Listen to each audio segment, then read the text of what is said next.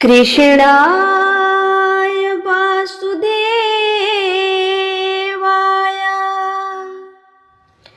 देवकी नंदनाय च नंदगोप कुमाराय गोविंदाय नमो नमः। नमः पंकजे नाभाय नमः पंकजमालिने नमः पंकजनेत्राय नमस्ते पंकजाय गृहे नमस्ते पंकजाय गृहे। प्रेम से बोलिए श्री कृष्ण कन्हैया लाल की जय। श्री राधे सरकार की जय। भागवत महापुराण की जय। सभी भागवत प्रेमियों को प्यार भरा श्री राधे राधे। आप सभी का स्वागत है। प्रिय भक्तों, ये भागवत जी की कथा हमारे जीवन के इस कलिकाल में नौका है। नौका जैसे आदमी को नदी पार जाना है तो नौका की जरूरत पड़ती है, वहां अति आवश्यक हो जाती है। उसी प्रकार ये श्रीमद् भागवत की कथा इस कलिकाल में हमारे जीवन के लिए वही नौका है। ठीक है, तो कथा में प्रवेश करने से पहले एक प्यारा सा भजन सुनिए। शायद आप लोग को अच्छा लगे। आंचल में छुपा लीजिए श्री राधे, आंचल में छुपा लीजिए, मुझे अपना बना लीजिए, मुझे अपना बना लीजिए। क्यों? क्योंकि ये कलिकाल में ना कोई किसी का नहीं है, इसलिए हे राधा रानी आंचल में छुपा लीजिए श्री राधे, आंचल में छुपा लीजिए, राधा रानी कृपा कीजिए, महारानी दया कीजिए, मेरी किस्मत बना दीजिए, मुझे अपना बना लीजिए। क्यों? क्योंकि मैं किस्मत की मारी हूं। ये जमाने, ये संसार की ठुकराई हुई हूं। हे राधे रानी, आप तो कृपालु हैं, आपका तो आदत है कृपा करना, इसलिए राधा रानी कृपा कीजिए, महारानी दया कीजिए, हो आंचल में छुपा लीजिए, मुझे अपना बना लीजिए, हो मेरी श्यामा दया कीजिए। भक्त कहता है राधा रानी कृपा कीजिए।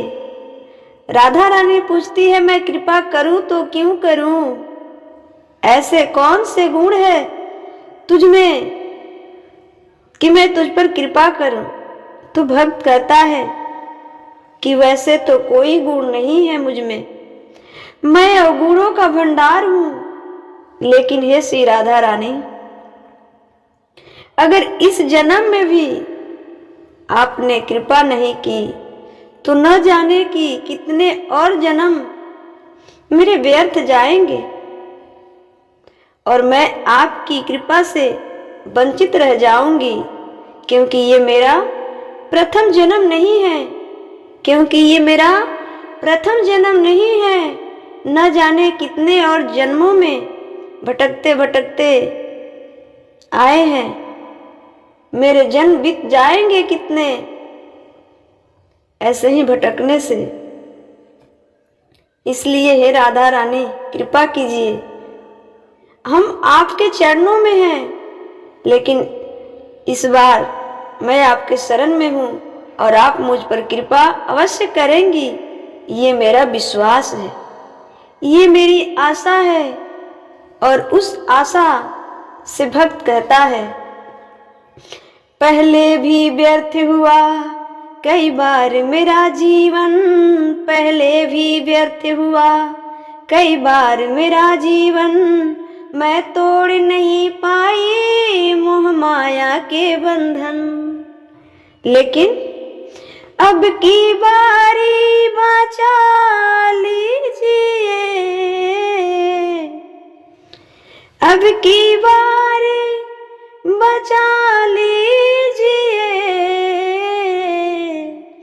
राधा रानी कृपा कीजिए, महारानी दया कीजिए, मुझे अपना बना लीजिए, आंचल में छुपा लीजिए, राधा रानी कृपा कीजिए, महारानी कृपा कीजिए।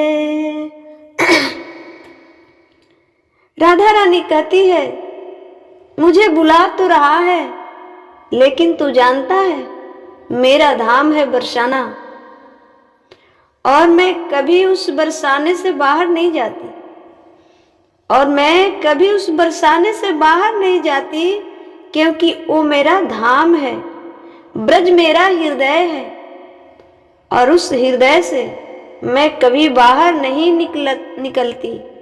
तो बता कैसे आऊं तुझ पर कृपा करने। तो भक्त कह रहा है, हे राधा रानी, मैं उब गई हूं इस जमाने की ठोकरे सह सह के, पलकों के सिंहासन पर मैंने तुझको बिठाया है। कहाँ? पलकों के सिंहासन पर मैंने तुझको बिठाया है, इस मन के अंदर ही बरसाना बनाया है। पलकों के सिंहासन पर मैंने तुझको बिठाया है, इस मन के अंदर ही बरसाना बनाया है। इसमें आकर रहा कीजिए श्री राधे, इसमें आकर रहा कीजिए, हो राधा रानी कृपा कीजिए, महारानी कृपा कीजिए। और क्या कहता है भक्त? अंत में एक दासी प्रार्थना करती है राधा रानी से कि हे राधा रानी, मैंने आपसे इतनी मांग की, इन मांग पर मेरी बातों पर उठ मत जाना। मैं तो पागल हूँ, मैं तो कामी क्रोधी लोभी हूँ, हर रोज नई नई कोई ना कोई इच्छा प्रकट करती ही रहूंगी। मेरा मन है, इच्छाएं बनता रहेगा, मानना न मानना तुम्हारी मर्जी है, मानना न मानना तुम्हारी मर्जी है। और प्रार्थना करती है कि हे राधा रानी, आप कृपा कर दीजिए। हरिदास की पगली है जगती है रातों को, क्या? हरिदास की पगली है जगती है रातों को, तुम दिल पर मत लेना पगली की बातों को, तुम दिल पर मत लेना पगली की बातों को, जो भी मन में है वो कीजिए, जो भी मन में है वो कीजिए, राधा रानी कृपा कीजिए, महारानी दया कीजिए, मुझे अपना बना लीजिए श्री राधे, मुझे अपना बना लीजिए, महारानी कृपा कीजिए, राधा रानी कृपा कीजिए, मेरी किस्मत बना दीजिए, सच्ची भक्ति का वर दीजिए, ओ राधा रानी कृपा कीजिए, आंचल में छुपा लीजिए श्री राधा, मेरी किस्मत बना दीजिए, सीने से लगा लीजिए, मेरी किस्मत बना दीजिए। प्रेम से बोलिए श्री राधे सरकार की जय, बरसाने वारी की जय। प्रिय भक्तों, कल की कथा में आपने सुना कि ब्रह्मा जी ने भगवान शंकर के जन्मदाता हैं, ब्रह्मा जी के पुत्र हैं भगवान शंकर। ये बात भागवत जी में लिखी है, इस पर हमने जो समझाना था समझाए हैं। ये बात भागवत जी के तृतीय स्कंद में लिखा है, द्वादश अध्याय, श्लोक नंबर है 10। ब्रह्मा जी से भगवान रुद्र का जन्म हुआ, वही रुद्र जिन्हें हम शंकर जी कहते हैं, है ना। तो भगवान शिव का प्रकट्य ब्रह्मा जी से हुआ भागवत जी के अनुसार, शिव पुराण के अनुसार नहीं। वो दूसरी कल्प की बात थी, ये दूसरी कल्प की बात है। ये कर्म हम आपको सुना रहे हैं। इसके बाद ऋषियों का जन्म हुआ, इसके बाद ऋषियों का जन्म हुआ। मरीचि, अत्रि, अंगिरा, पुलस्त, पुलह, भृगु, वशिष्ठ, दक्ष इत्यादि। और 10वें नारद जी, 10वें नारद जी। कितने हम बोले हैं? मरीचि, अत्रि, अंगिरा, पुलस्त 4 हुए, पुलह 5 हुए, क्रतु 6, भृगु 7, वशिष्ठ 8, दक्ष 9 और 10वें नारद जी के। इसके बाद ब्रह्मा जी ने वेदों को प्रकट किया, ब्रह्मा जी ने वेदों को प्रकट किया। ब्रह्मा जी ने अपने पूर्व, दक्षिण, पश्चिम और उत्तर के मुख से क्रमशः 4 वेद प्रकट किए। कितने वेद प्रकट किए? 4 वेद प्रकट किए। ऋग्वेद, यजुर्वेद, सामवेद, अथर्ववेद। वेद कितने हैं? वेद कितने होते हैं?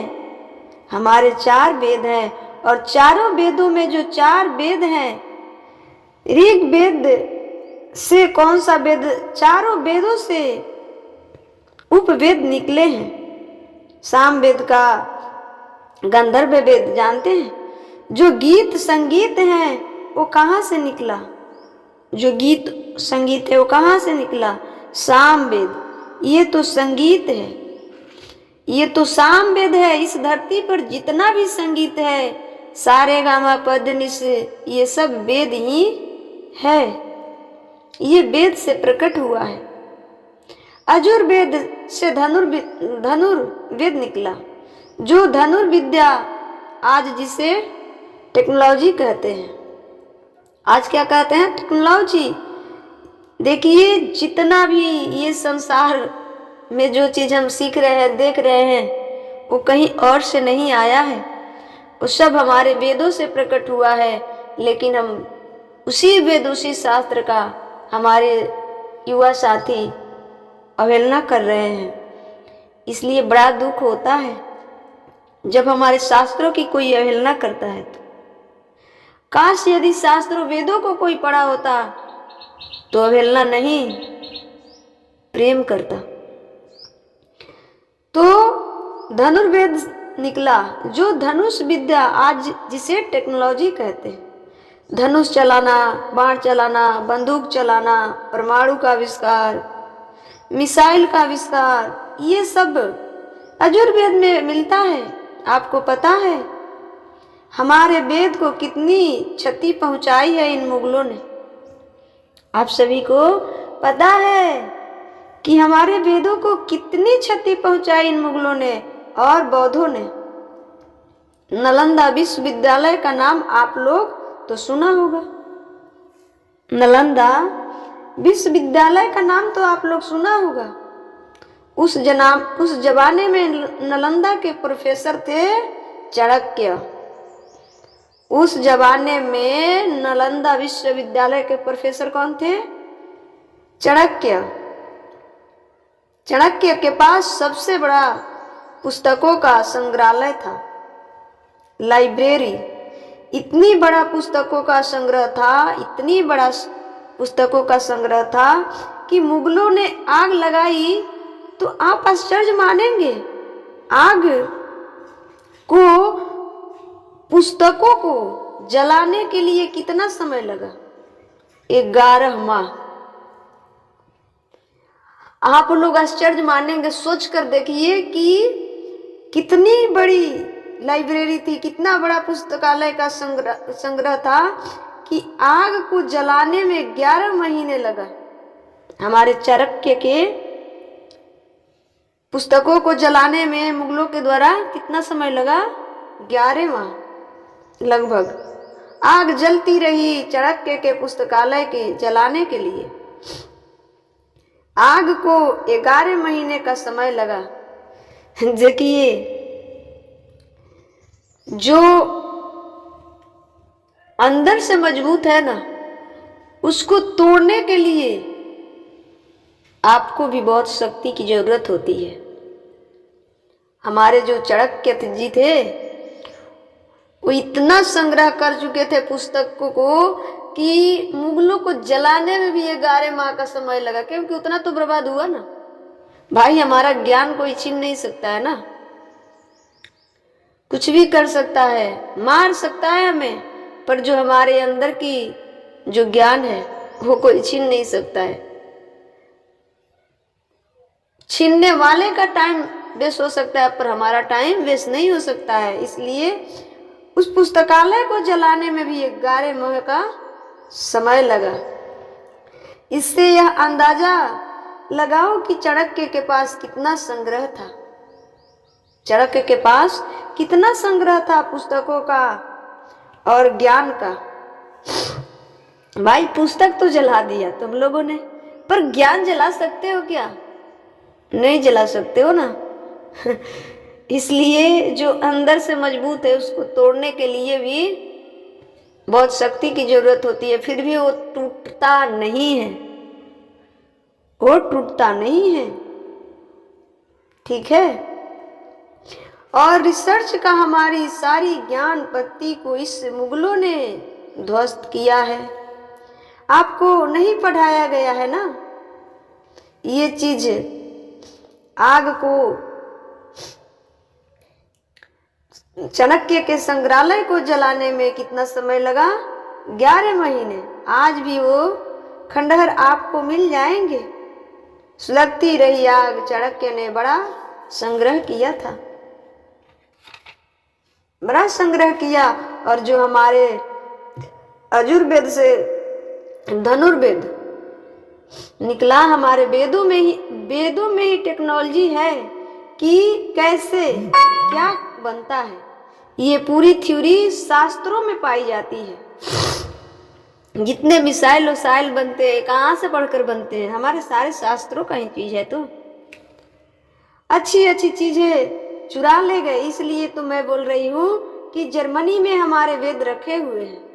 जर्मनी में हमारे वेद रखे हुए हैं, जिसमें रिसर्च चल रही है। तो धनुर्वेद कहाँ से निकला? धनुर्विद्या यजुर्वेद से, ऋग्वेद से आयुर्वेद निकला। आयुर्वेद कहाँ से आया? ऋग्वेद से। और अर्थवेद, अथर्ववेद से शिल्प विद्या निकली। अथर्ववेद से शिल्प विद्या निकली, जो घर बनाना, जिसे वस्तु कहते हैं, जिसे वास्तु कहते हैं। वास्तु शास्त्र, घर बनाना, मूर्ति बनाना, मंदिर बनाना, घर कैसा होना चाहिए, वास्तु कैसा होना चाहिए, कैसे पुल बनना चाहिए। ये जो आज इंजीनियर जो होते हैं ना, बड़े बड़े पढ़ लिख कर बनते हैं, ये हमारे वेदों से ही निकला है, वेदों से ही अंग निकला है। लेकिन फिर भी क्या लोग कहते हैं कि हमारे शास्त्रों में, हमारे वेदों में क्या रखा है? अरे प्यारे, जो भी कर रहे हो हमारे शास्त्रों से हटकर कुछ भी नहीं है इस संसार में। जो है उसी से है, प्रकट है उसी से, वहीं से हुआ है। वे सब वेद की देन है। अब कोई हमारा सनातन का धन्यवाद करे या ना करे, जो हमारे सनातन धर्म के विरोधी है, मैं उनसे कहना चाहूंगी कि हमारे धर्म के तो विरोध कर लेते हो, अच्छा है, करो, उसमें हमें कोई टीका टिप्पणी नहीं है। परंतु जितना चीज आज टेक्नोलॉजी सीख रहे हो, जो कर रहे हो, वो कहाँ से कर रहे हो? वो कहाँ से सीख रहे हो, कहाँ से कर रहे हो? वो तो सारे हमारे वेद की बात है ना, वो कहीं से और से नहीं आती, वो कहीं और से नहीं आती, वेद से आती है। तो भाई कम से कम तुम विरोध करते हो, अच्छी बात है, लेकिन उससे जीते हो, खाते हो, तो कम से कम धन्यवाद भी तो कर दो। जिससे जीते खाते हो तो धन्यवाद भी तो कर सकते हो ना, धन्यवाद भी तो कर दो। लेकिन धन्यवाद करने वाला तो कोई है ही नहीं। बस सनातन धर्म के विरोधी, सनातन धर्म के विरोध, सनातन धर्म के विरोध। क्या कर लोगे धर्म के विरोध करके? क्या कर लोगे ये धर्म के विरोध करके? आज हो कल नहीं रहोगे, आज हम हैं कल नहीं रहेंगे, इसका कोई गारंटी नहीं है। लेकिन विरोध करने वाले मरने के बाद भी गालियां सुननी पड़ेगी, मरने के बाद भी गालियां सुननी पड़ेगी कि फलाने ने ऐसे किया। हिटलर का नाम आप लोग सुने होंगे। सबसे बड़ा कत्लेआम करने वाला कोई है तो हिटलर है। आज भी उसको लोग गाली देते हैं, और वो तो नरक में पड़ा ही होगा। उनके साथ उनके माता पिता भी नरक में भटक रहे होंगे, क्योंकि हिटलर इस देश का सबसे बड़ा कत्लेआमी था। उसे दूसरों को जिंदे लोगों को भट्टी में डालकर जला देता था और बैठ कर देखता था। उसे मजा आता था, उसे मजा आता था लोग को तड़पते चिपते हुए देखते हुए। तो करनी ऐसा कर चलो कि लोग आपको प्रेम पूर्वक याद करें, गाली देकर ना याद करें। लेकिन धर्म विरोधियों से निवेदन है कि कम से कम जीते खाते हो तो कम से कम एक बार भी तो धन्यवाद कर दो कि धन्य है सनातन धर्म, जिसने हमें खाने जीने सबका सीख दिया है। लेकिन नहीं करोगे, कोई बात नहीं है। मैं एक बात अगले वीडियो में बताऊंगी इस पर, बड़ा अच्छा जो